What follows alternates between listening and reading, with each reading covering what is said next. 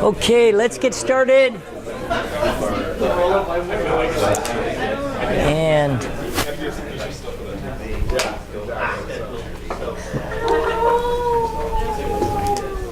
okay.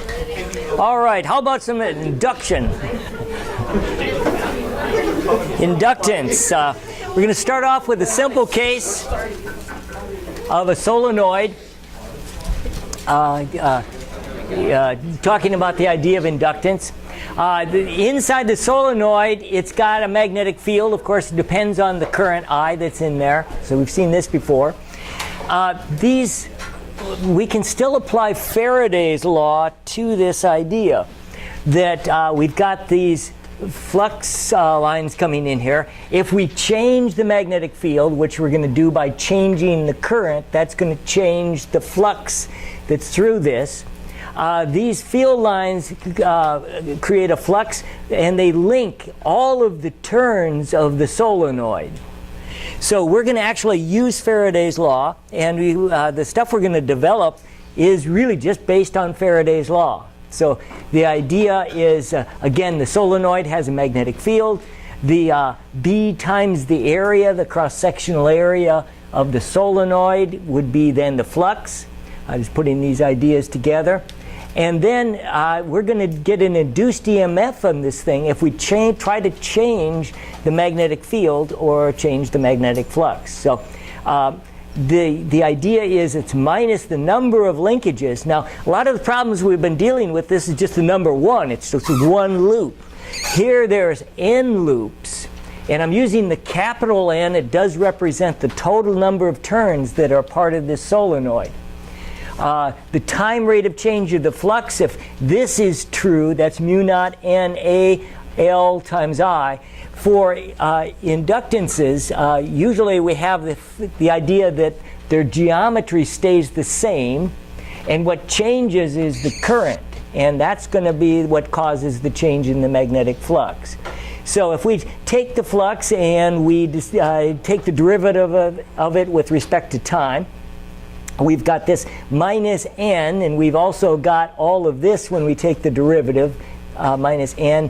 We're going to end up with this n times this n ends up as an n squared, so make sure you're aware of that, total number of turns.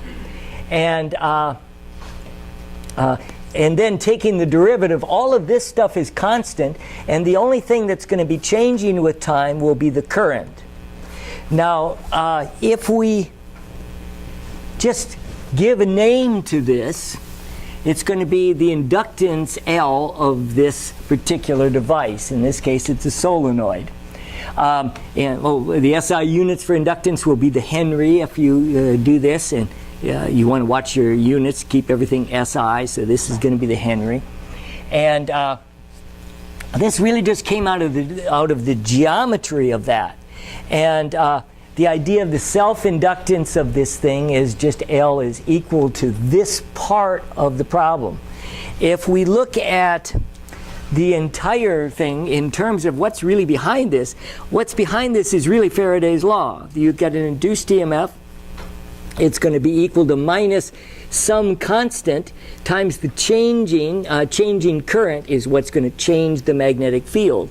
And so this is sort of like a little corollary of Faraday's law. It's minus L di dt, since I is going to be the only thing changing with time.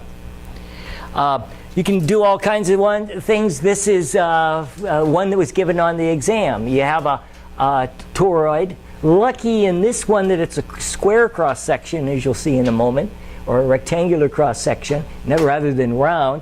But he wants you to show that this is the inductance of this particular device. He goes easy on you, right, with the magnetic field from the toroid. It's mu naught times capital N, the same number of turns that are inside there, and this is the B field that's inside. So let's start with the idea that we'd want to come up with the flux through this thing. That's going to be B dotted with dA. Now, here's where we've got to be careful here. This magnetic field in here is not uniform. It's stronger in here. It weakens as we go out here. So to get the flux, we're going to need to do this as an integral. This is going to be B. The little dAs are going to be little strips here. Lucky this isn't a circle, or these strips are going to change in height. We've got these strips are just going to, he's just calling this h high, so this is going to be h times dr is going to be the area of this strip. And we'll take B to get the flux in that. So again, we can put in B. He gives us that. We go ahead and put that in, HDR. And then in terms of this as an integral, we're integrating with respect to dr. We've got a function here of r, so it's going to be a dr over r. All the rest of these things are constant and they can come out. And then again, as before, dr over r, that's the natural log. And it's going to be b minus a. We're just integrating from a out to b. And so this would then be the flux. Now to get the, I like doing this way, is to use Faraday's law. Is going to be E is equal to minus n. Now this n represents the number of flux linkages. And you've got to keep in mind the magnetic fields going around there, linking all of these yet again.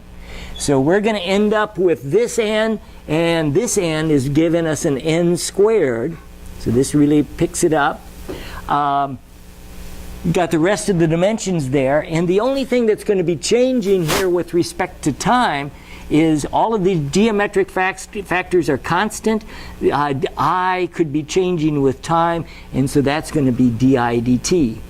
What's left over here, I package it up, and this is what I'm going to call the inductance, just giving it a name. And so we can write it by itself here. And then let's see, you have proven what, or we have proven what he wanted us to show. So got that. Not too many examples here. One that he loves is coaxial cables. He likes these. Just a quick look at this one. We kind of have the same thing. We've got coaxial cable. We got a conductor here that current's going out, goes out far away, goes through a load perhaps, and then comes back down the other way. We're going to look at kind of a little closed loop of this thing. Our little loop is going to actually be a little rectangular section. This isn't obvious. This is why I want to go through this, but he does like this. The magnetic field with the current going this way is going to be wrapping around here and is going to be coming through this little cross-sectional area, and there's going to be a flux from that. And so let's put in some of the details. Just a little reminder, you've got Ampere's law in the exam, so in case he didn't tell you what the B field was inside, you can come up with that rather quickly. This we did earlier. B has got to be equal to mu naught I all over 2 pi r. That would be the field. You could start with that if you remember that, or just in case you hadn't, or he asked you to derive it, you might do that. So with that aside, then once we're able to do that, we're able to get the magnetic flux. That's going to be B dotted with the area. Again, put in B. The area, we're going to do the same kind of basic thing. We're going to have some r out to here times dr times some length of this thing that we're dealing with. So L times dr is going to be the dA, the area. Then we're going to need to integrate these things from the inner one to the outer one, from A out to B. So I integrate them from A to B. A lot of stuff, even though current is going to end up being a variable, that's a variable in time. This is a particular snapshot. So at this time, the current is considered constant. We're integrating this in space, that is across here, not in time. So we can take mu naught Li over 2 pi. We can take that out. And then we're left with dr over r, which is going to integrate to the natural log of B over A. So this would be the flux. Now the part that is changing, now it's changing with time, will be the current here for an inductor. And so we use Faraday's law, again, minus n times the time rate of change of the flux. Here we are just dealing with a single loop, around this thing. Although we could think of this thing as being composed of a bunch of these, they are really just connecting the top and the bottom wires together to form the circuit. So there's really just one loop for this one. That's N and 1. And then the time rate of change of all of this stuff is constant in time except with the current. And so that's di dt. The rest of that just stays here. And the same trick as before. I like just saying, putting that in there. It is coming right from Faraday's law that these are all the geometric terms of this thing. And this is what we're going to call the inductance L. Yes? Wouldn't it be then fair to say that Never mind? Okay, see if it comes up again. Okay, so this is the inductance is this. Something you want to watch for the coaxial cable. Very often they call it the inductance per meter. So if you're like the cable guy and you got a cable, you can talk about your inductance per meter. So that would be just dividing L through here. So don't be bothered by the language that might get used in a problem. So these are your basic, what we'll call them, the inductors that we'll play with. And with inductors, now let's look at how they behave in a circuit. Okay, so we're going to connect them up here. We'll just have a simple battery. We're going to throw a switch. Got a strange looking switch here, which I'll talk about in a minute, but right now it's connected over here, so we can throw this switch, and this battery is going to try to force current to flow in the circuit. But the inductor, kind of like Lenz's law, wants to fight that. It wants to push back. It wants to fight any changes that are taking place. So what's going to end up, this is trying to drive the current this way. We'd like to drive it through the inductor. The pushback from the inductor pushes back and would like to drive current the other direction. So we can do a little Kirchhoff's loop around this thing. We go to E minus IR. We can express this as a minus L di dt. This is coming from Faraday's law. This minus is really just this idea of Lenz's law. It's pushing back. It wants to push back. So this is sort of the plus side. This is the minus. So in the Kirchhoff's loop, we're going from plus to minus. This is going to be negative. We can now turn this in. It's really a differential equation. We want to separate variables. So I'll take these minus, or rather I'll leave this one here. A lot of ways of doing the math. But I want to separate variables. I want the I terms on this side, my t terms on this side. So I'll bring the dt over here. And let me just take everything else back underneath under di. So I'm getting a little sloppy ahead of myself, but we basically take this over to the other side, L di dt. And I think you can see how I'm manipulating that. As far as time, we want to take now and we want to finish off this differential equation. We can, to get dt, we can integrate this thing from 0 to t. Then we integrate this side. These have to correspond, so at t equal to 0, the current is 0. That's when we throw this switch. There's nothing there.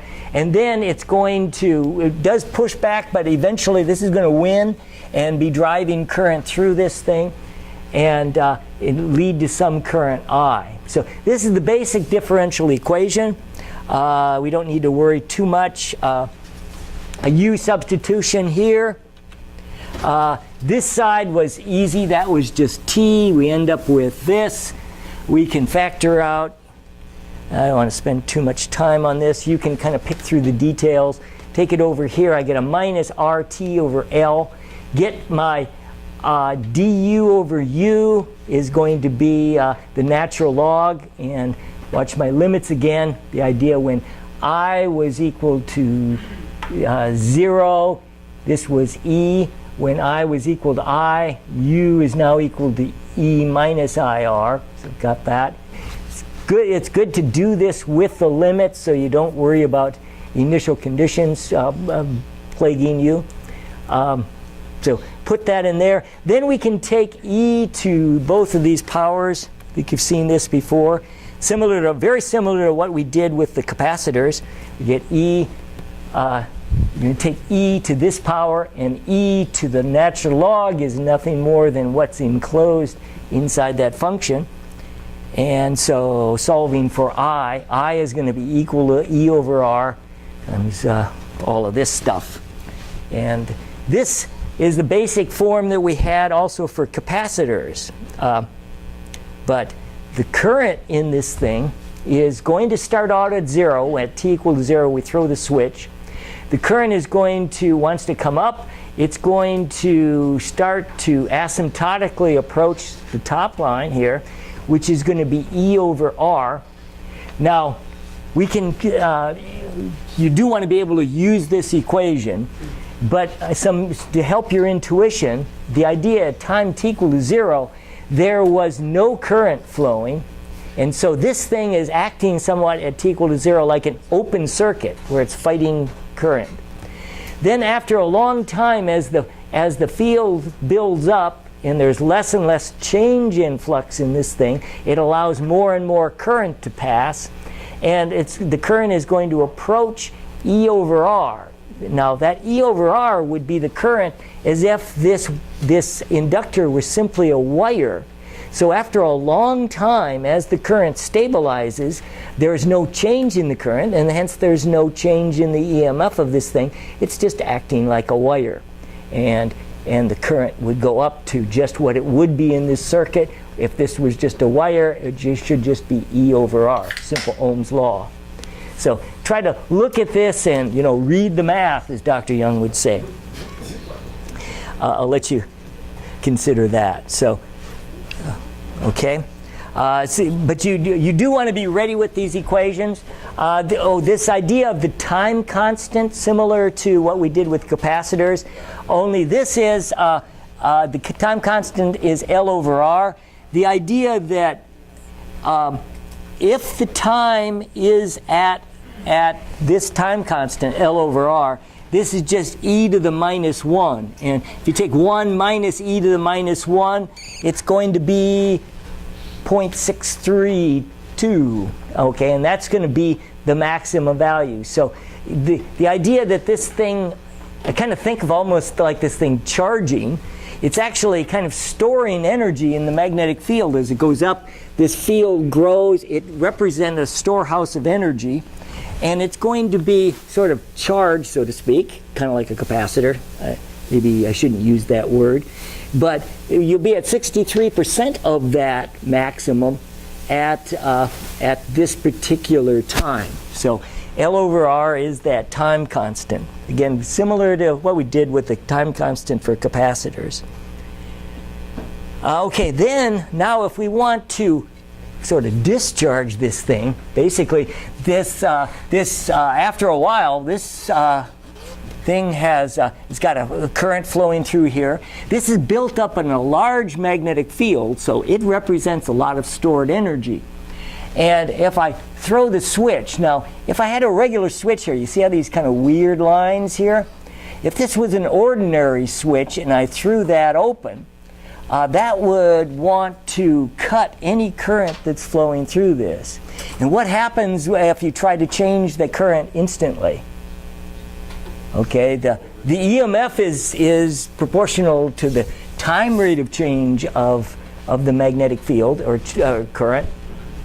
And if we all of a sudden tried to go from a current down to 0, that would induce in time delta t equal to 0. If I just threw this thing open, that would throw a real large EMF and would form a real large voltage between this switch, and it would cause a spark would form. This is the basis of a spark coil. How you could take a low voltage, DC voltage, and turn it into a real high spiked voltage by just opening this thing up. All of a sudden, this thing, the current that's creating this field collapses, and as it does, that field dumps the energy virtually instantaneously and will form a spark across here. So to avoid that, we make this weird switch with these two lines, means it's in contact with this side, and then when it jumps over to this side, it does it smoothly and not with an abrupt opening of the switch and then closing of the switch. It just does it in one smooth operation. So the idea is you have some current flowing through this thing, and then all of a sudden you're going to throw it over to this side, and this thing is in a sense going to start to discharge. It wants to keep the current flowing and go through this thing, and it would go through that resistor and back. So I'm clumsily trying to explain this, but let's take a look at the math. We just go around a closed loop here. We've got a minus IR. We got a minus L di dt. By opening or closing this over here, this is pretty well taken out of the circuit. So we just have that. Again, a differential equation, let's separate variables. Time on this side, the current on this side. This one's simpler than the other one. We don't have to do any trig substitutions. We're just going to be integrating from time t equal to 0. And at time t equal to 0 was my original current that was flowing through this thing. Maybe it isn't fully filled yet, but it's got some current going through it when we throw the switch, and that current is I naught. Then at some time t, we want to look for what current we're going to have, I. So again, we're going to take this, we're going to integrate this, and that's, again, fairly straightforward. This is just going to be this t, and this is going to be the natural log. And then we do the same trick. We take e to those two powers, and we bring this like that, and this just gets rid of the natural log here, and we've got the current as a function of time. And we can do that same thing with the time constant here. I think I've got a... So we're going to start off at some current. Here on this chart, they have this E over R. That would be if we had left this switch gone for a long time, this would be the maximum current that would be flowing. E times just that resistor. This is just would be acting like a wire. But if we throw that switch before it gets up to that value, it's wherever we start, the original current. And so this is more general than that.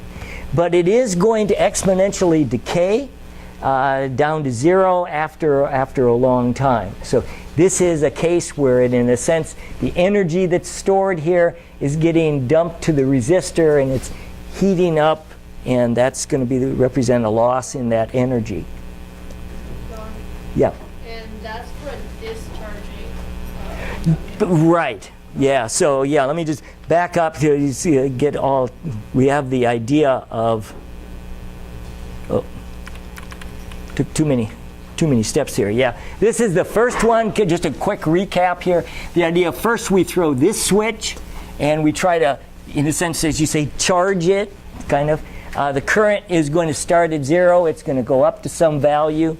Then we're going to get over to here where the discharging of that, wherever we left off there, we're now going to discharge that like that. And again, using this word charging and discharging is a little bit sloppy, but I think it's descriptive. You really like storing energy. Yeah, it is a storage of energy. So we are kind of dumping energy or gaining energy. It is in the field, and that's what I hope to, in fact, appropriately here. Energy stored in the inductor. Okay, let's look at what happens there. Let's throw it back to when we were charging this thing up again, or this back here. We throw this switch. Again, we just do a little Kirchhoff's loop around here. Let me come back to this equation. It kind of tells the story is equal to 0. Kirchhoff's loop there. Then multiply through that equation by I, and this is going to E times I for the battery. This is the power from the battery, okay, is going to be equal. I took these negative terms over to the other side to positive. Will then become an I squared R. So this is going to be the power lost to heat in the resistor. So the energy coming in, lost to heat. But also, we would be storing some in the inductor. And that would be the power in the inductor. Now, power is the rate the energy is changing with time. And so here I'm just going to focus on this term. This is for the inductor. The rate of change of the potential energy, this potential energy in B, the magnetic field, would then be equal to Li di dt. Now, let's just focus, let's get rid of the dt's and look at the differential of the energy, du. We want to add that up, or add up all these little changes as we go from 0 to I. And again, I'm taking Li di, I'm going to integrate that. On this side, I'm just going to integrate du. That should be u sub b. These should be, I want to stress, capital U's. They represent that energy. And then now, since we've got an I di, we can go ahead and do the integration. That's going to be a 1/2 Li squared. And that would be the energy stored in the inductor. Yeah, of course, it depends. The more current that's flowing through there, the more energy that represents. The larger the field, that, again, represents a storehouse of energy. Something that Dr. Young will be playing with tomorrow is this idea of energy density. Watch, I get a little sloppy here writing this. We've got a capital U, which represents the actual energy. Small u is going to represent the energy density. We're going to take that energy that's here and divide it into the volume. And it's a good idea to use this idea of the solenoid because it's got a nice, convenient, uniform field inside. And so if I take that energy that's stored in this whole thing divided by the volume, since that's going to be kind of where that energy is stored in the field, that's the idea, we divide by the volume. The volume would be the cross-sectional area times the length. And then I'm just doing this really not as a general case, but as a specific case for the solenoid because it's so convenient, is playing with what we already know about the solenoid. This is the magnetic field inside, or I'm going to take advantage of solving for I. I is going to be this.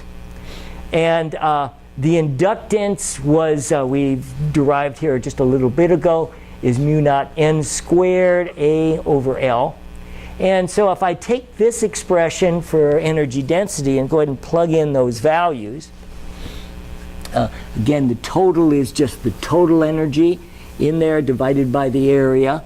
This is 1/2 this total energy of the inductance times I squared. I would be this, we'd square that. There's going to be a bunch of terms here. When we bring this to square this term, this is going to be n squared. They're going to cancel. This L and this L are going to cancel this L squared. And let's see, we're also going to get a mu squared and a mu. There's going to be a mu down there. Anyway, you can do the math. Let's simplify that. That's going to be, this is going to be the magnetic energy density. Okay, this is going to be a real key component Dr. Young will be using on Tuesday. The magnetic energy density. This represents the storage of energy in this magnetic field, has that density of energy. You may recall earlier in the term, usually people aren't quite astute enough to pick up on the meaning of this, but we did the same basic thing with a simple parallel plate capacitor with the electric field. And we've got the electric energy density, that small u sub E. And that was a 1/2 epsilon naught E squared. So this electric energy density is proportional to the square of the electric field. The magnetic field electric energy density is proportional to the square of the magnetic field. And again, he's going to use both of these when he's talking about electromagnetic waves. And where is that energy? It's stored in the field, and it's got this amount of energy that's in there. So more on that. You will see definitely some more on that. Now, something we can do with the tools we've built so far is we've talked about capacitors in the past, and now we're combining them with inductors. A nice application of that is a simple LC oscillations. The idea that we could connect a capacitor and maybe throw a switch in here. First, start with a charged capacitor. It's got its maximum charge in here. It's got an electric field in here. This electric field with this energy density represents a storage of energy. So the capacitor is stored with this energy. If we connect it to the inductor, this current would like to flow through here and makes an attempt to do that. The inductor fights it at first, but there will be some current that's starting to flow through here. And that's going to be building a magnetic field. And it will keep building as long as this can keep dumping in current. It builds up and becomes the storehouse of the energy in the inductor. Eventually, the capacitor is going to deplete its stored charge. And so there won't be any energy enclosed there. It's strictly in the inductor. So it went from energy in the capacitor, dumped that to becoming energy in the inductor. This runs out of gas, but now the inductor is facing the fact that the current is going to be decreasing. It wants to fight the change by sending the current on through. And so as it does that, it's going to send it through. And is now going to start to charge the capacitor, as you can see, with opposite polarity as it started with. It's going to build up its charge. And now we've taken the energy from the inductor and dumped it into the capacitor where that energy resides. And now the same process is going to repeat again, where it's going to want to dump current back here, back through the inductor. That's going to flow this way. The inductor is going to start to build again and is going to get that energy back. Once this depletes charging, then this thing faces the idea that the current would be decreasing. The inductor wants to keep it going, so it blasts it through and will in fact then dump its energy and recharge the capacitor. So we're going from electrical energy down to magnetic energy, back to electrical energy, back to the magnetic energy, and in a complete cycle here. Now, yes? Why did the sign switch again on the capacitor? Oh, okay. It has to do with the polarity of this thing. When this thing is dumping this way, this end is going to become, in a sense, positive, and this is negative. The current, though, is going to come through here, and will come in through here this way. Now, the current would be coming through here, and as it does, it will build this magnetic field, and kind of all of this is taking place some at the same time. Then, as this thing faces the fact that this has lost its charge, this wants to cut its current. It wants to, its property of the inductor is to take that magnetic field and drive the current. So it wants to drive it this way. So it will drive it onto this plate. So it does come down to this becoming now positive and the other side being negative. It's kind of hard to see this, and it's kind of all taking place in a smooth continuum, as you'll see when we solve this. But it does get reversed this way. And then when it wants to discharge through the inductor again, the current now wants to go back this way. It wants to fight it by keeping it coming. And then once it does build up its field, it wants to keep it going in that direction. And then it's going to come back to this thing. So the polarities have to switch to keep fighting the field. Yeah. And you'll notice that the arrows here in the magnetic field are going to switch too. So that kind of polarity goes with it too. Yeah. Does it make sense to talk about the charge, the initial charge? Because in the equations that we derived in class, we have the charge on the capacitor as a function of time is Q naught cosine of 1 divided by the square root of LCT, where omega is 1 divided by the square root of LC. And when you're starting with energy in the inductor, that switches to sine. Oh. Okay, I guess I'd have to look more carefully, like at your notes as far as that. Basically, we can start our timing wherever we want. So before we get too much into the math here, the idea I just chose for convenience here, let's start it here. But we could actually start anywhere in the cycle. Now let's, maybe if it will become a little more apparent as we add a little more math to this. Yeah, you had a question? Eventually we're going to have to add more energy into the system, right? Because Right now we don't have a resistor. So these are an ideal capacitor, ideal inductor. So this and these wires that are connecting them are superconducting wires. Okay. The next step is just that, where we stick resistance in there, and then what will take that oscillation will end up with a damped oscillation where it will just lose. So the math, though, gets a little more complicated. So we're just dealing with this. This is just idealized. It's going to oscillate forever. Okay. Okay, so yeah, the idea of conservation of energy. We've got the total energy is just whatever at any point in time the energy of the capacitor plus the energy of the inductor. Earlier in the semester, we've got 1/2 Q squared over C was the energy of a capacitor. That was, I think, on the first exam. And then now we've just developed this idea of the energy of the inductor.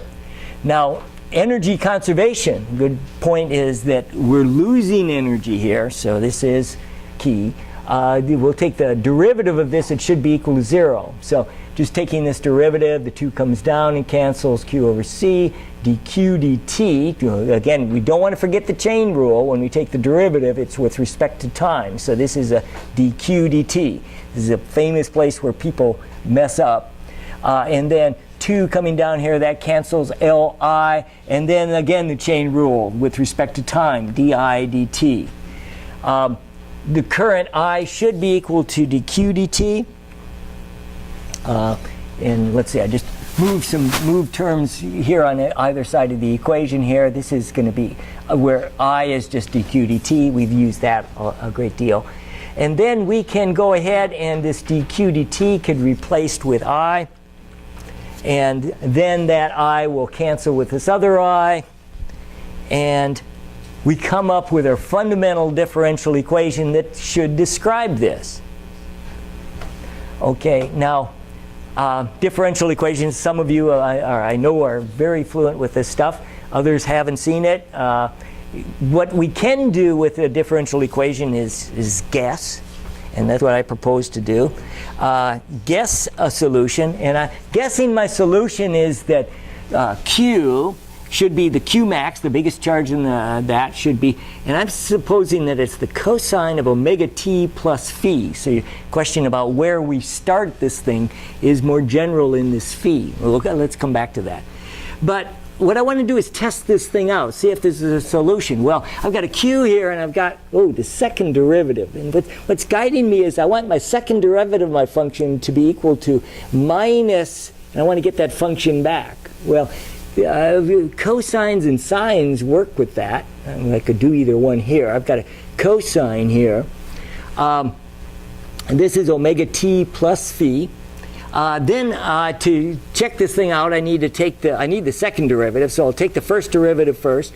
Taking that, of course, the derivative of the cosine is the sine, and we had a minus out there. Also, with the chain rule, the derivative of that brings out an omega. So hopefully you can see how this is my derivative of that.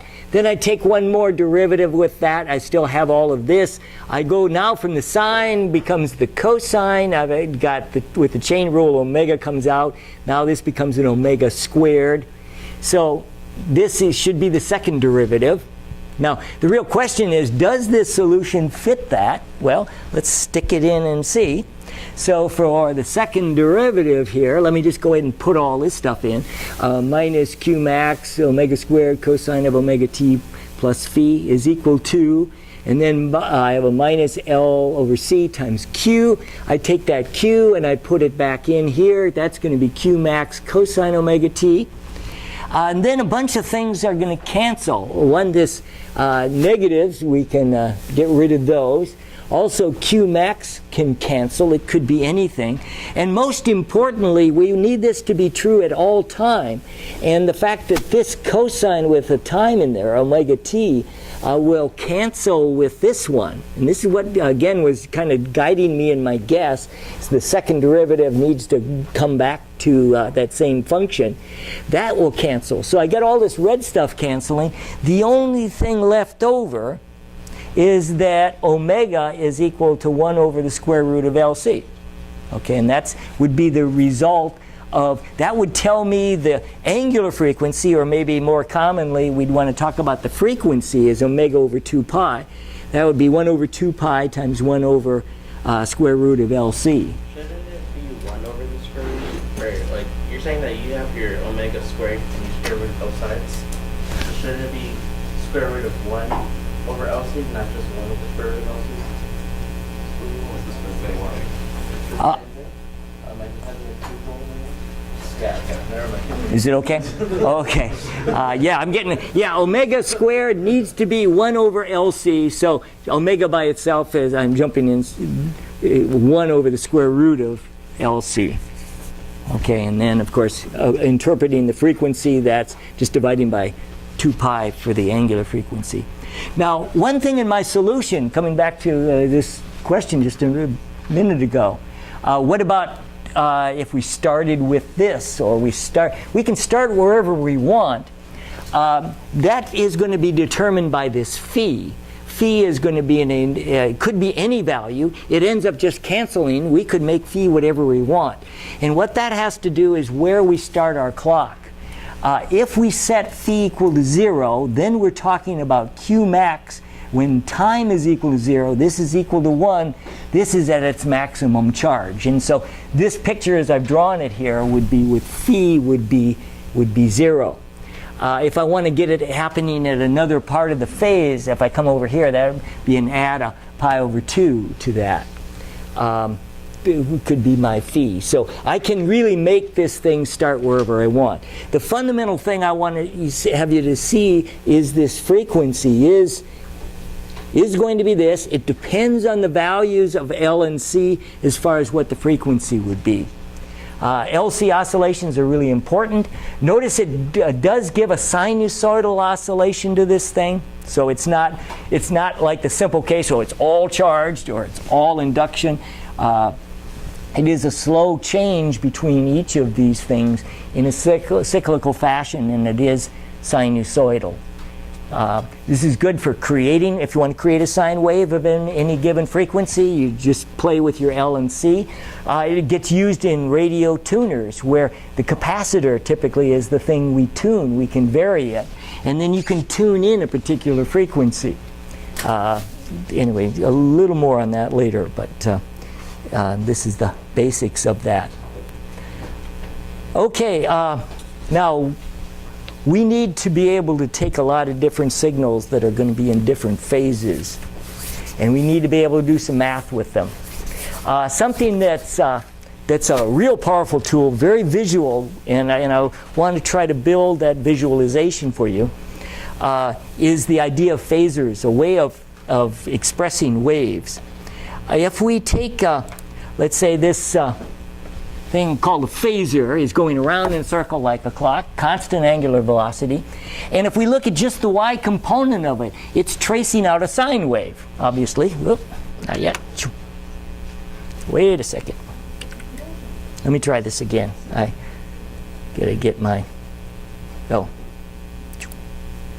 Okay, and then, yeah, so it's tracing out that. Let me just freeze it. The controls are not working the same way that, hold on a second. Okay, I'm gonna, I think, no, this does not work like mine at home. Okay, I'm gonna have to hang on to the pause button. Okay, so this is just creating a single wave. There's got to be a way not to do this here. Okay. Guess I can't stop it. I've got one phasor tracing out a wave. If I've got two waves, they're about to appear a green and a blue one. They're going around. I wish I could freeze it, but it's important that you realize that they don't. The idea that they each create their projection on the y-axis and are creating their waves, and I can't. Maybe I can. That's. Can I just? Okay, I can freeze it at different places, I think. Maybe I can. Okay, I can. Okay. So let me just go in the timeline. So again, the idea of one wave, this thing rotates, is creating its wave. Then, if I have two such waves, a green and a blue wave, I can put their two phasors, and that's not a nice position for this. Usually I like to arrange them in some convenient form. Let's see. Let me put it. Thanks. Okay, this looks a little better. So I've got my green one and my blue. So I'm going to be taking a green and blue wave. They have the same frequency. We do need this to hold here, that they have the same frequency, but they can have different amplitudes, and they can have different phase relationships between the two. And that's what's going to be key for us doing some math here with these things. So I've got the green phasor. That just represents the amplitude of the green wave, and the blue one. And at every instant in time, we only care about their y components. And so that's going to trace out our waves. This thing is going to stay in a kind of a locked configuration. There's going to be an angle between these. We call this the phase angle between these two waves. And that is their phase difference between the red and the blue waves. Now, let's step a little more. Oop. Okay, okay, now, let's see if I can find a little better place for this. Okay, this is good. Okay, so let's say we've got this red and blue, the green and the blue. We want to add these two together, and this red represents the resultant of these two waves. We want to be able to get not only its amplitude, but its phase relationship with these two. So this green phasor represents this green wave. The blue one represents the blue wave. And then the sum of the two would be the resultant of those two. And here I'm just playing with the phasor diagram is are these phasors that are kind of locked in configuration. Again, when I hit play, this thing is supposed to just circulate, and we'll trace out these waves. But the idea that I can get from this geometry of the phasors, I can make predictions about the amplitude as well as the phase. The amplitude, I just take these vectors, the blue phasor and the green phasor. These are vectors, I can add them together. That's going to give me the resultant of these two.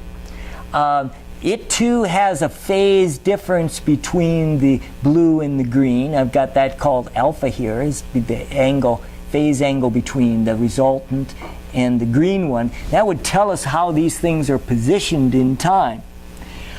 Again, this whole thing is going to rotate, and that's going to trace out this resultant.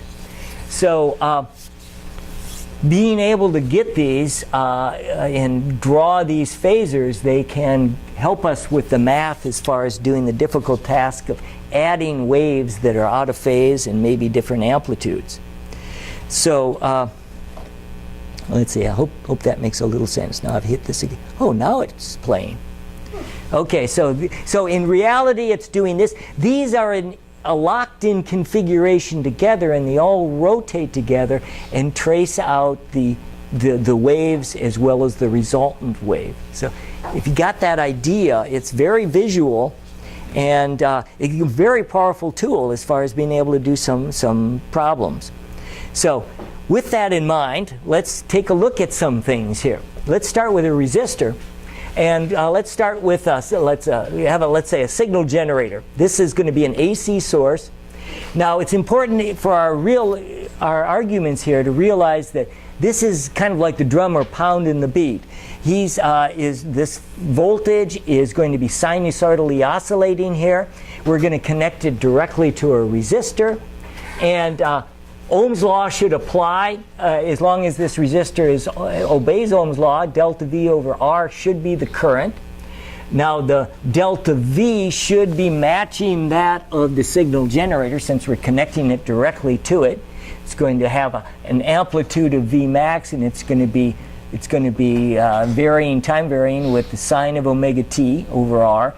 And so this is just basically delta I max, which is really, since the sign goes between plus and minus 1, delta V max over R is just going to be what we would call I max, and dividing through that way. In terms of the phasor diagram, that doesn't look real exciting. It's pretty simple. The idea that both the current and the voltage are going to be in phase with a resistor. It's immediately, as if the voltage goes up, the current goes up, and they go together, and so they are locked in configuration. But this idea of representing it this way as we go on, and it gets a little more complicated, should be a little more apparent what I want to do. So again, they're going to be in phase. We do have, again, Ohm's law as far as the maximum to delta V max and R. These are sinusoidal, and I want to do a quick mention, since you might see RMS currents in voltages. The idea of the resistor is kind of simple. The idea of the current is really oscillating sinusoidally. What's the average current? 0. Yeah, it goes plus and minus. 0 is the average. Now, usually what we want is we want things, this electricity, to do stuff. So we've got things that with power involved. Power, like for a resistor, is going to be I squared R. So what's going to be more important than I itself is really the value of I squared. So if we're going to square that, we can do a little math here as far as the squaring of the current, which is going to square the sine function using this trig identity. We can have this cosine function fit in here, and getting the average power, which is dependent on the average of the squares, we can say that, well, that's going to be 1/2. Basically, I'll fill it in. I can take this and fill in here, this and fill in here. That's going to leave me with a 1/2 of I max squared. And then for what we can do is for something we call RMS, that RMS current. Think of this backwards. RMS stands for root mean square. Consider what we're going to do is kind of work this backwards. First, we're going to take I. We're going to square it. Then we're going to take the average of it, which is just half that maximum value. And then we're going to take the square root of it. So square root of 1/2 of I squared is 1 over square root of 2 is 0.707 I max. So very often in problems, because things are time varying, the power is really oscillating, this is a way of averaging it out. Sort of think of this as sort of like an average, but it's really the average of the squareds. And this is how we generate it. I don't want to get into this too much, but you may see it in a problem. So if you see RMS voltage currents, for sinusoidal it's 0.707. Similarly, we can do that same thing with RMS voltages. So consider them, they're just sort of like the average, loosely speaking. If I go back a step here with the resistor, instead of using I max, we can multiply both things by 0.707. So if you want to say I RMS is equal to V RMS over R, that's also valid. I don't think he's going to be a big thing with this, but he could tie it in a problem that could slip you up.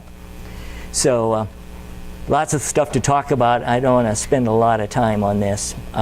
But you will see these terms, and I want you to at least have a gut feeling for what they represent. Okay, now let's say we want to play the same game with a signal generator and an inductor. So again, you want to think of that signal generator. It is pounding the beat. We want to see how the current responds in this inductor when we're doing that. Do a little Kirchhoff's loop around this thing, delta V max times the sine of omega t minus L di dt. So I'll get the di dt, did a little rearranging, and I want to get at what the current is. Okay, I've got di dt is equal to this, so I need to integrate this thing. So I can do that. Just take a look at this and see if this works for you. I get a minus sign because when I take the derivative of this, I'm going to have that cosine become a sine. It will be a minus sign, and that's going to cancel with that. I've got this other stuff here, and then also I've got to have a 1 over omega here, so that when I take the derivative of that, basically I'm asking, take this, take the derivative, verify that this is true, and then this current, what's out front here? The cosine goes between plus and minus 1. The constant that's out front here would really be what I max is, and that's equal to that. Now think back to the resistor. I was equal to V over R. This is I is equal to V over L omega. Now, in terms of units, this product has to have the units of ohms. It's something very akin to resistance. It's called the reactance. And this is the X sub L is the inductive reactance. And that's going to be equal to, it depends on the frequency, and that's going to be the L frequency, the inductance, times the omega of the frequency we're trying to drive this thing at. Notice that the voltage was the sine of omega t. The current is based on the cosine. So now if we look at this in terms of idea of phasors, play this thing, and it goes around. Wait a second, that went back to resistors. Whoa, spooky. Wait a minute, what happened? Oh, here's inductors.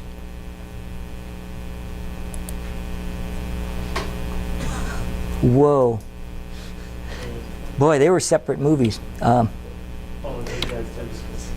Okay, let me, okay, I think it worked. Wait, that went back to resistor. Wow. And where's inductors? I can go one, oh, yeah. Okay, yeah, this was behaving nicely at home, but that, okay, well, wait a second now. Okay, these phasors are going to go here and going to create waves. Now, when this is coming up, this is first going to hit here. This is, the voltage is in red, is going to be a sine wave. So as this thing rotates, this is going to create a sine wave. This would be creating a cosine or negative cosine. And so in terms of the phasors, the voltage, we say the voltage leads the current by 90 degrees, or current lag. Well, I prefer voltage leads the current here since it's really coming first. And then they're going to trace out waves, and the big thing is going to be this, even though this animation is failing on me, this relationship between the voltage and the current should be 90 degrees. That's how the difference between the sine and the cosine, 90 degrees. And hopefully that makes some sense. The reactance, I just talked about that. Anyway, I'm sorry I can't make a better case here. I'm really spooked that it seems to work for the capacitors. At least let me do the math here first before I blow it out. What we're going to do is connect the capacitor directly to the signal generator. And we're going to have a Vmax sine of omega t would be the voltage. That should be the voltage across the capacitor, which should just be Q over C. So now if I want to get the current, I want to go I is dq dt, so I'll take this and take the derivative of it. Derivative of the sine is the cosine. I follow through, there's going to be an omega here. So we're going to have a constant here, Vmax times the constant C over omega, where the Imax is equal to V times this. Now what I'd like to do is take this and put it in the same form we had the other one. With the resistor, it was Vmax over R. I want to say Vmax over something. Well, I move this down here to 1 over C omega. This is what I'm going to call my capacitive reactance. And it too depends on omega. So that is the capacitive reactance. Let's see if this thing is going to play. Oh, okay, now this one seems to play. Why the other one didn't, I don't know. Okay, I guess it's going to play regardless. And so the idea that the current, in a sense, as it comes around here, leads the voltage, or the voltage lags the current, however you want to look at that. And that's going to be for the capacitor. Okay, I'm a little rattled here. Let's see. Okay, now I think this is a static image. I don't have it moving, so I think I'll have a better luck with this.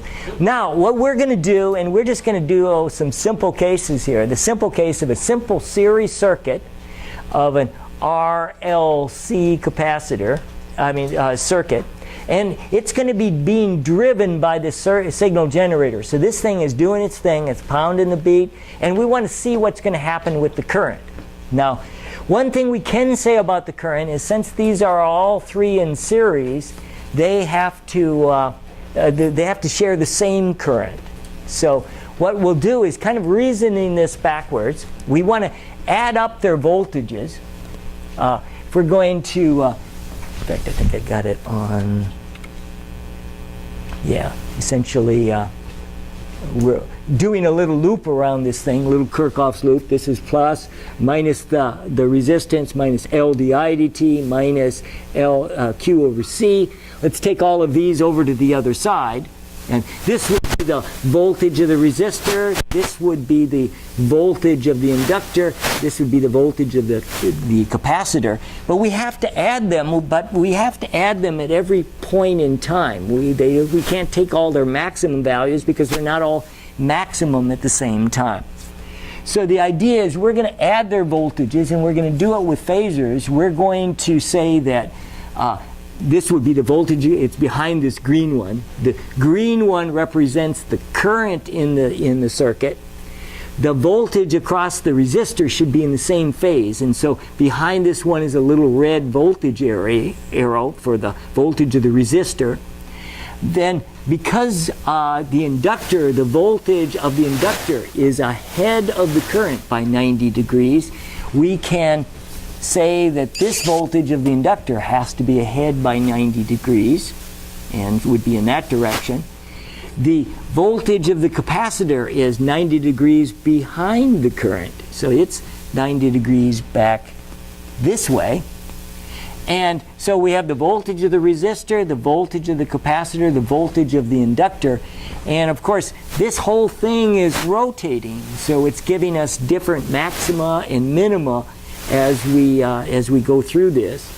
They're not all the same maximum value at the same time. At any given instant in time, this configuration, you want to consider the projection on the y-axis is going to be telling what's happening with their waves. Hopefully picture this in your mind well enough. This whole thing is going to be rotating with omega t. Okay, now what we should have, I've got this one as well. This represents Vmax. Now, I want to be able to take the voltage of the resistor plus the voltage of the inductor plus the voltage of the capacitor. And when I do that, V sub r, and I'm going to take that voltage of the inductor, and let's say this is in the negative, I'll subtract this amount.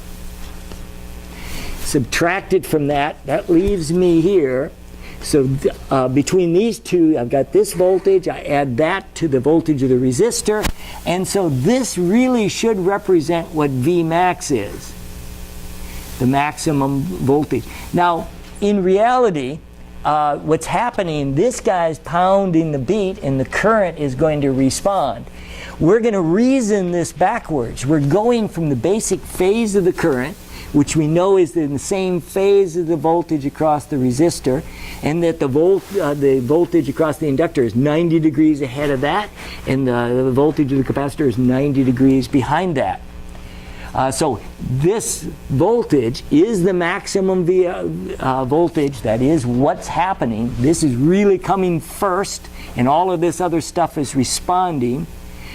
This is going around with omega t.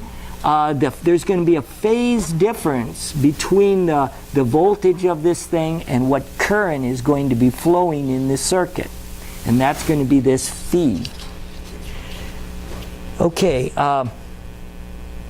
Now, if we go back to these inductances, here's again this picture.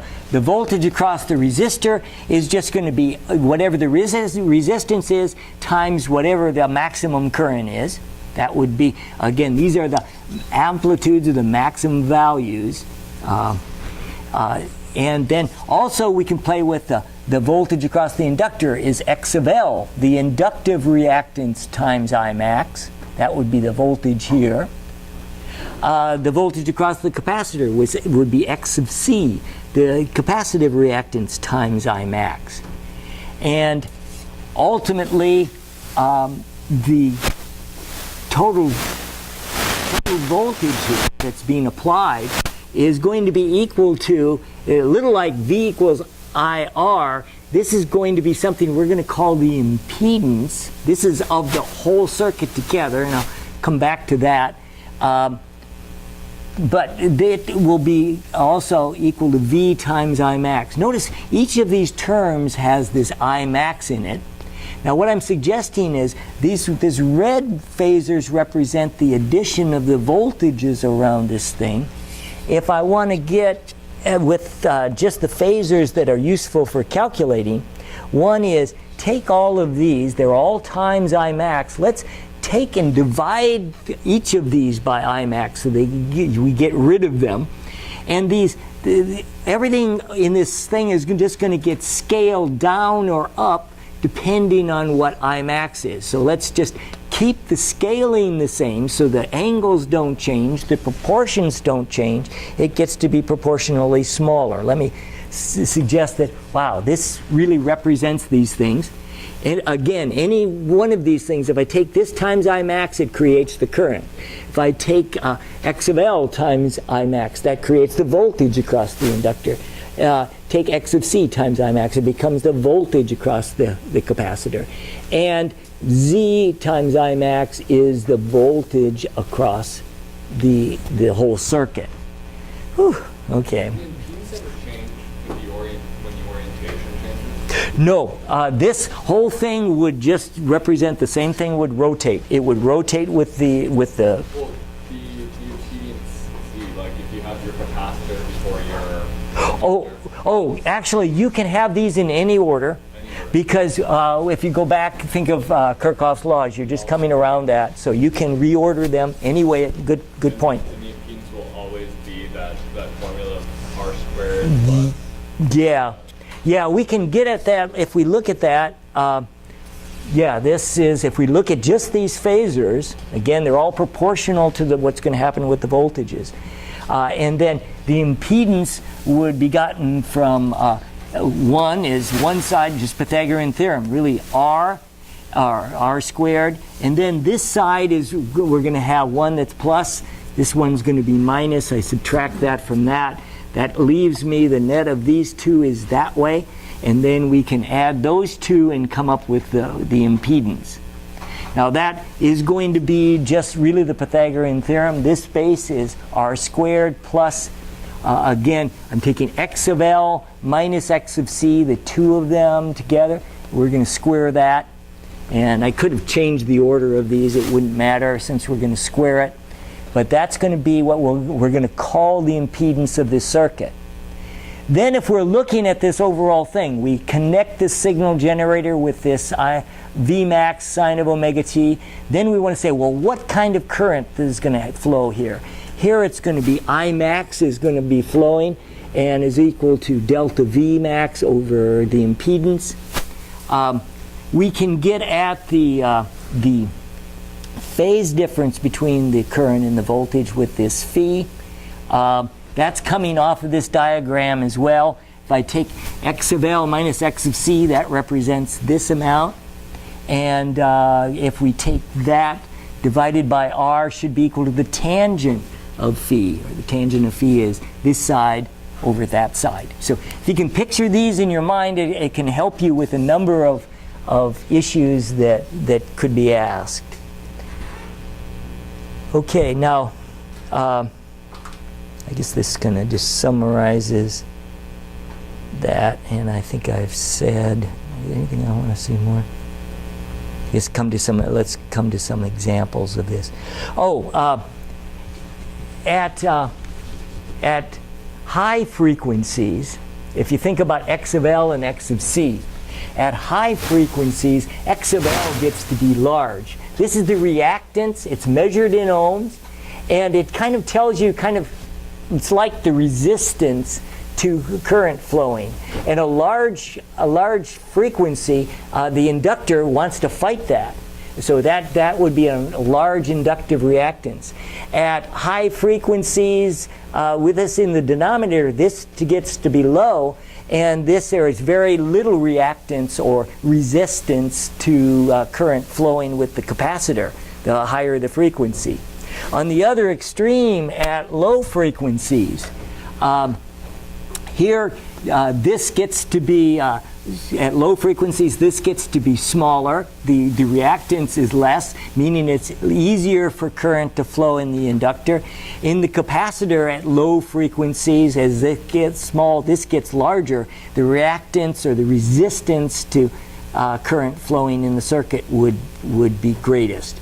So we sometimes say this is an inductive circuit where it's kind of leading the cap on this thing, and this is the capacitive circuit. Now what can be really handy is when x of L is equal to x of C, then you get your voltage and your current are going to be in phase, and something special happens here. Since they're working together, they're not in different phase relationships. One thing that we can get is if x of L is equal to x of C, set them equal, and and that's of course L omega over 1 over C omega.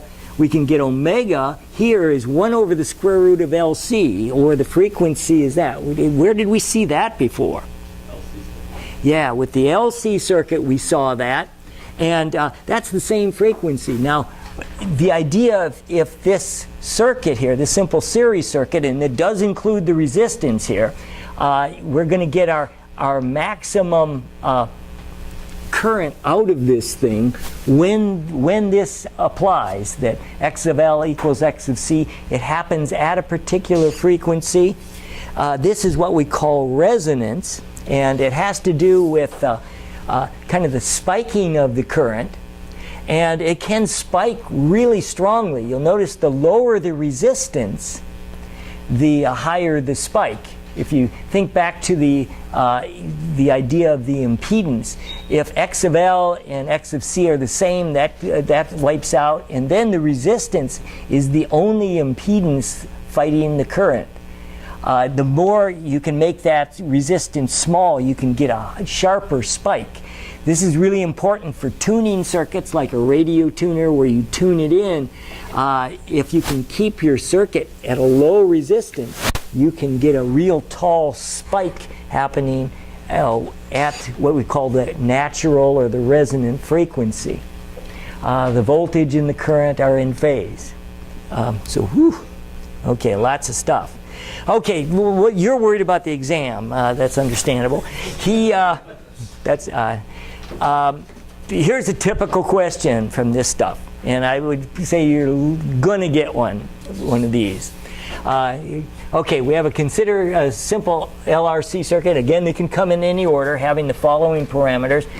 Resistance of 50, they give you L, they give you C, applied voltage sinusoidal, 170 volts, 60 hertz. Okay, find the maximum current and the phase constant relative to the applied voltage. So that's that difference between the angles and their phasors. So first thing you want to do is start to translate this stuff. The 60 cycles, we want to get it in omega, so it's going to be 2 pi times the frequency. So I get an omega that I can deal with. Because I need x of C, the capacitive reactance here. Again, this is going to be measured in ohms. 1 over omega c, so I put in my omega, I put in my c, and out pops my capacitive reactance, and this is in kilo ohms. So it looks like it's mostly a capacitive reactance. And then the inductive reactance, again, just stick in the numbers and pop out the answers. We've got that. Then if you want to get, okay, we can kind of look at what's happening. X of c is, with this kilo ohms, is quite a bit bigger than X of L. So this is bigger.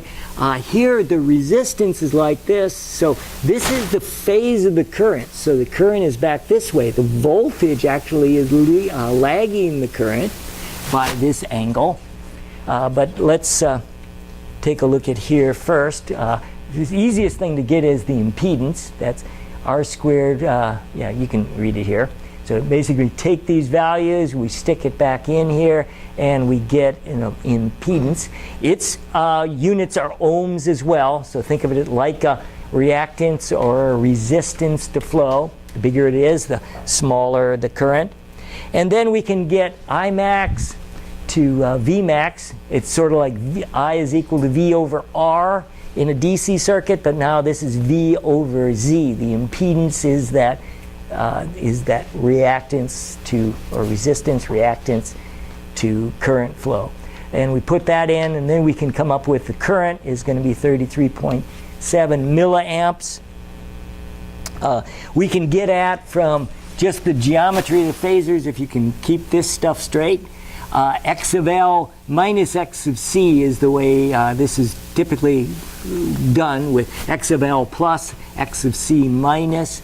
We get a negative angle here. That just indicates that the impedance is behind by this. So you want to interpret this as the current's in this phase, the voltage is this phase. This is the angle between the current and the voltage. This minus 89.43 just means that the voltage is lagging the current, or we could say the current is ahead of the voltage by that angle. Whoop.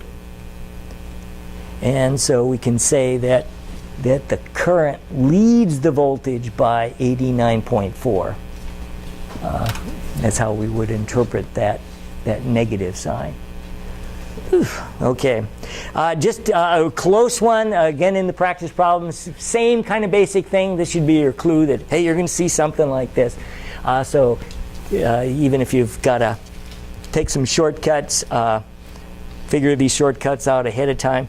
Again, you just go through basically with the frequency, you get your X of L, X of C. In this case, X of L is bigger than X of C, so this is a case of an inductive circuit. This goes ahead, and by some angle phi. And the impedance, again, we can calculate that quickly. The I max is delta V over delta V over Z, and we get a current there. And in this case, the voltage leads the current by phi. We'll go with that as a positive, so we can express that the voltage leads the current by 36.9 degrees. Woo. There's one other thing we didn't talk about. Chapter 34. Has he talked about? Really?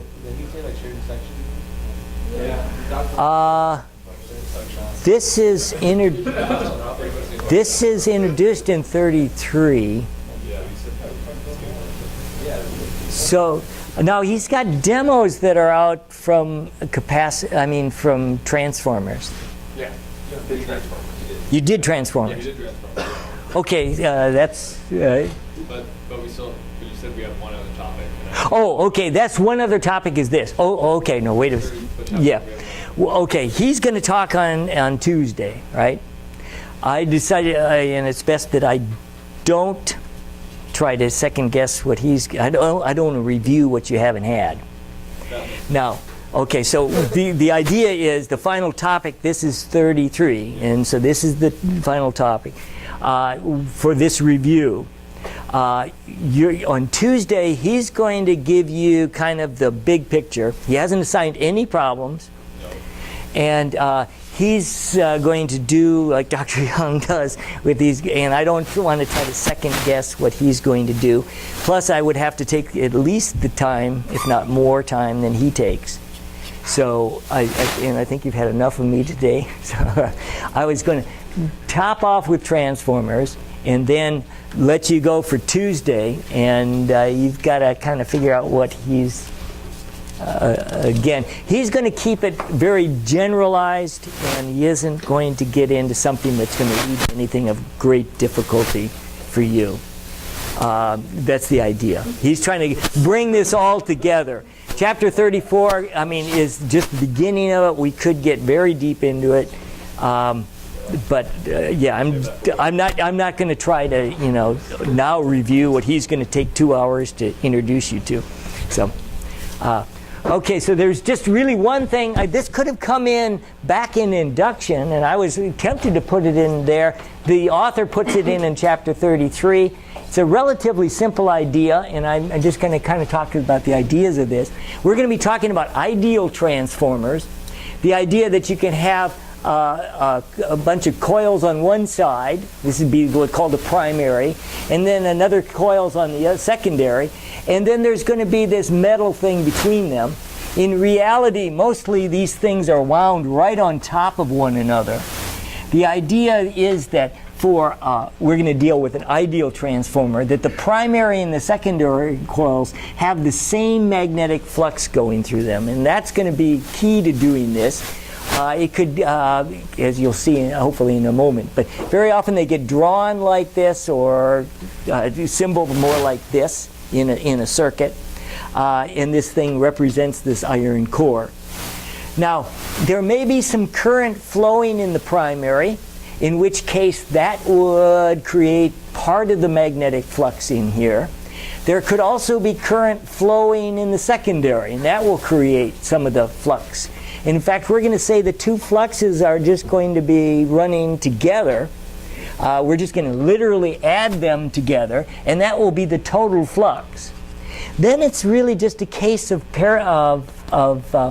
Faraday's law, that the voltage on this one, maybe I should have did an E sub 1, would be the induced EMF on this one, is due partly to the primary effects, its own fact that there's current in there in a magnetic field, so sort of self-induction. And then it also induces a field in the secondary that is, again, Faraday's law, the number of turns in the secondary times the time rate of change of the flux. So we've got these two things going. Again, Faraday's law in the first one will be how many turns have you got in one times how that flux is changing. I'm not sure. It could be complicated. But I know whatever I've got here, that same flux is going to be operating when I get the induced EMF on this side. And that's going to be a minus N2, the number on this side, times the time rate of the change of the flux.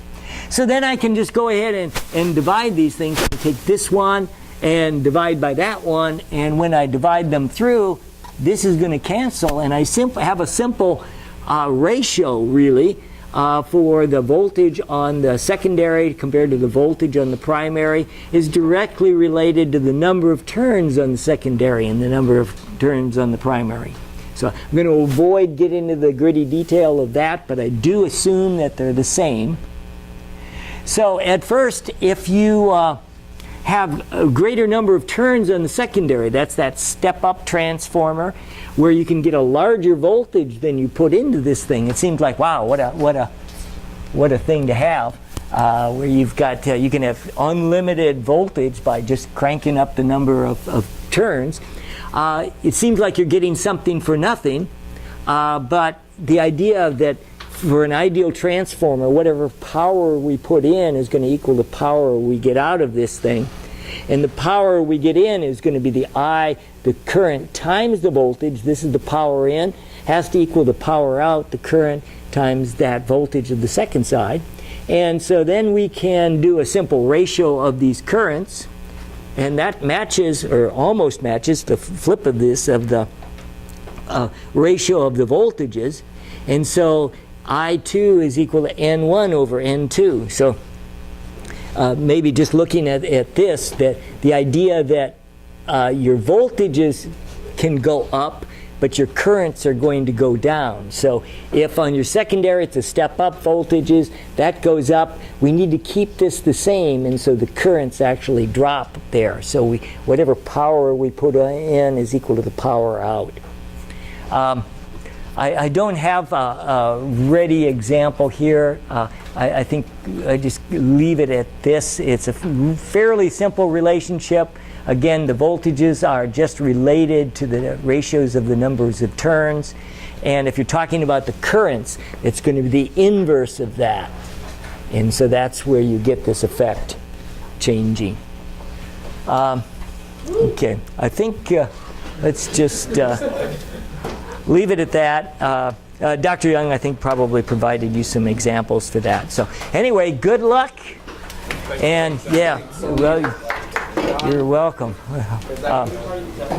What's that? Is this going to be on the test? What? Transformers? Everything? Everything's going to be on the exam. You know Dr. Young. Yeah. Oh, hi. Excuse me. Let me just shut off. Thank you. Okay. Yeah, you're welcome.